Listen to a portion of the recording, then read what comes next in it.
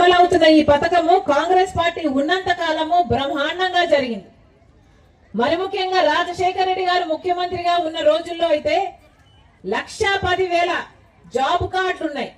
అంటే కుటుంబానికి ఇద్దరు పనికి వెళ్ళిన 1,10,00,000 జాబ్ కార్డులు ఉన్నాయి.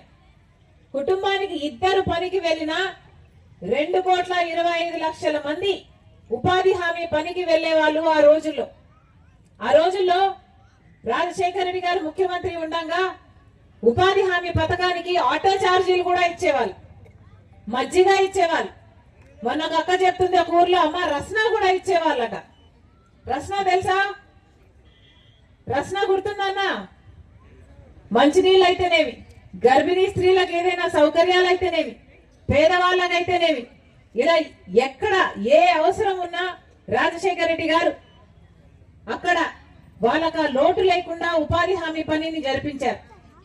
రాజశేఖర రెడ్డి గారు ఉండగా ఉపాధి హామీ పని కోసము మాకు డైరెక్ట్ గా డబ్బులు పడేటట్టు చూడండి, మధ్యలో కమిషన్లు కట్టింగ్లు లేకుండా చూడండి అంటే ఏకంగా ఒకేసారి 60 లక్షల అకౌంట్లు ఓపెన్ చేశారు ఆ రోజు రాజశేఖర రెడ్డి గారు ముఖ్యమంత్రిగా ఉన్నప్పుడు.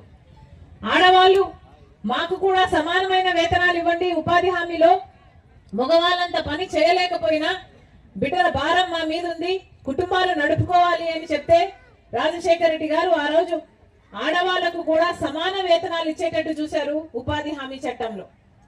కానీ ఈ రోజు ఉపాధి హామీ చట్టం ఎంత ఘోరంగా తయారైంది అంటే అసలు ఎక్కడైనా కూడా కనీసం మంచినీళ్ళు కూడా దొరకటం లేదు.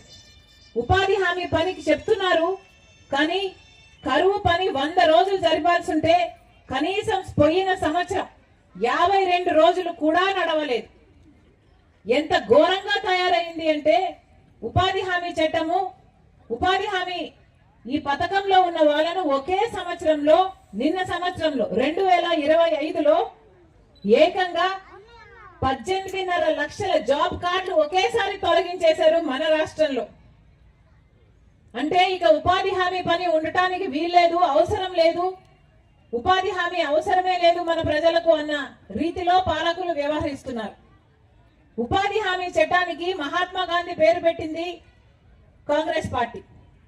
కానీ ఇది చట్టాన్ని తీసేయాలి అని, మహాత్మా గాంధీ పేరును తీసేయాలి అని బీజేపీ పార్టీ ఒక కొత్త చట్టం విబి గ్రామ్ అనే బీజేపీ పార్టీ ఉపాధి హామీ చట్టాన్ని అమలు చేయాలని చూస్తుంది. ఇంకొక 6 నెలల్లో అది అమలు అవుతుందట.